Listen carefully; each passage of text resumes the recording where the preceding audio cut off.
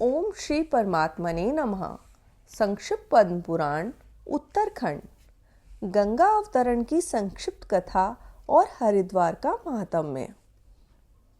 महादेव जी कहते हैं, देवर्षियों में श्रेष्ठ नारद, अब तुम परम पुण्यमय हरिद्वार का महात्म्य श्रवण करो। जहाँ भगवती गंगा बहती हैं, वहाँ उत्तम तीर्थ बताया गया है। वहाँ देवता, ऋषि और मनुष्य निवास करते हैं। वहाँ साक्षात भगवान केशव नित्य विराजमान रहते हैं। विद्वान राजा भगीरथ उसी मार्ग से भगवती गंगा को लाए थे तथा उन महात्मा ने गंगा जल का स्पर्श कराकर अपने पूर्वजों का उद्धार किया था। नारद अत्यंत सुंदर गंगा द्वार में जिस प्रकार गंगा जी को ले आए थे, वह सब प्रसंग मैं क्रमशः सुनाता हूँ। पूर्व काल में हरिश्चंद्र नाम के एक राजा हो चुके हैं, जो त्रिभुवन में सत्य के पालक विख्यात थे।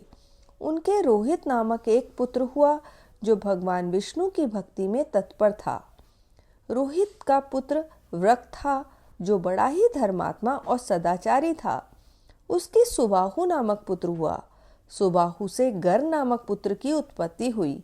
एक समय गर को काल योग से दुखी होना पड़ा।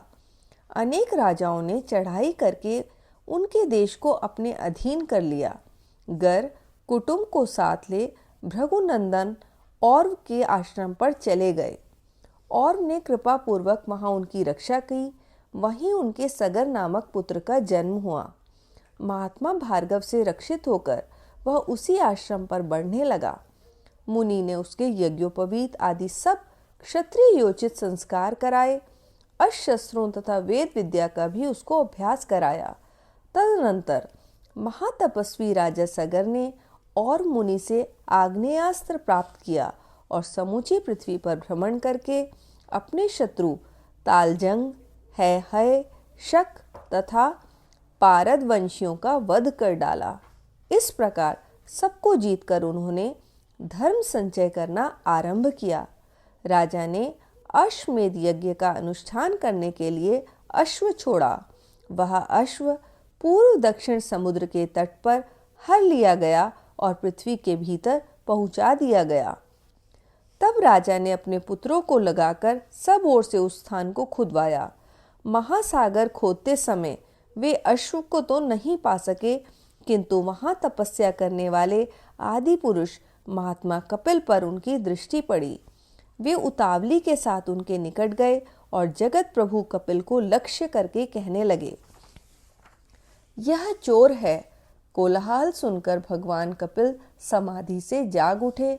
उस समय उनके नेत्रों से आग प्रकट हुई, जिससे 60,000 सगर पुत्र जलकर भस्म हो गए। महायशस्वी राजा ने समुद्र से उस आश्वमेधिक अश्व को प्राप्त किया और उसके द्वारा 100 अश्वमेध यज्ञों का अनुष्ठान पूर्ण किया। नारद जी ने पूछा, विज्ञानेश्वर, सगर के 60,000 पुत्र बड़े बलवान और पराक्रमी थे। उन वीरों की उत्पत्ति किस प्रकार हुई, यह बताइए। महादेव जी बोले, नारद, राजा सगर की 2 पत्नियां थी। वे दोनों ही तपस्या के द्वारा अपने पाप दग्ध कर चुकी थी। इससे प्रसन्न होकर मुनि श्रेष्ठ और ने उन्हें वरदान दिया। उनमें से एक रानी ने 60,000 पुत्र मांगे और दूसरी ने एक ही ऐसे पुत्र के लिए प्रार्थना की जो वंश चलाने वाला हो। पहली रानी ने तुम्बी में बहुत से शूरवीर पुत्रों को जन्म दिया। उन सबको धाइयों ने ही क्रमशः पाल पोसकर बड़ा किया। घी से भरे हुए घड़ों में रखकर उन कुमारों का पोषण किया गया। कपिला गाय का दूध पीकर वे सब के सब बड़े हुए। दूसरी रानी के गर्भ से पंचजन नामक पुत्र हुआ, जो राजा बना। पंचजन के अंशुमान नामक पराक्रमी पुत्र उत्पन्न हुआ। अंशुमान के दिलीप और दिलीप के भगीरथ हुए, जो उत्तम व्रत तपस्या का अनुष्ठान करके नदियों में श्रेष्ठ गंगा जी को पृथ्वी पर ले आए तथा जिन्होंने गंगा को समुद्र तक ले जाकर उन्हें अपनी कन्या के रूप में अंगीकार किया। नारद जी ने पूछा, भगवान, राजा भगीरथ गंगा को किस प्रकार लाए थे? उन्होंने कौन सी तपस्या की, यह सब बातें मुझे बताइए। महादेव जी बोले, नारद, राजा भगीरथ अपने पूर्वजों का हित करने के लिए हिमालय पर्वत पर गए। वहां पहुंचकर उन्होंने 10,000 वर्षों तक भारी तपस्या की। इससे आदिदेव भगवान निरंजन श्री विष्णु प्रसन्न हुए। उन्हीं के आदेश से गंगा जी आकाश से चली और जहाँ विश्वेश्वर श्री शिव नित्य विराजमान रहते हैं, उस कैलाश पर्वत पर उपस्थित हुईं। मैंने गंगा जी को आया देख उन्हें अपने जटाजूट में धारण कर लिया और 10,000 वर्षों तक उसी रूप में स्थित रहा। इधर राजा भगीरथ गंगा जी को न देखकर विचार करने लगे, गंगा जी कहाँ चली गईं।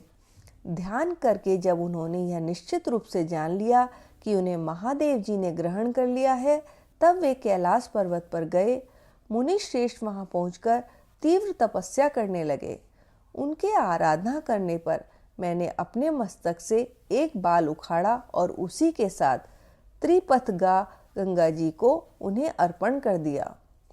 गंगा जी को लेकर वे पाताल में, जहां उनके पूर्वज भस्म हुए थे, गए। उस समय भगवान विष्णु के चरणों से प्रकट हुई गंगा जब हरिद्वार में आई, तब महादेवताओं के लिए भी दुर्लभ श्रेष्ठ तीर्थ बन गई।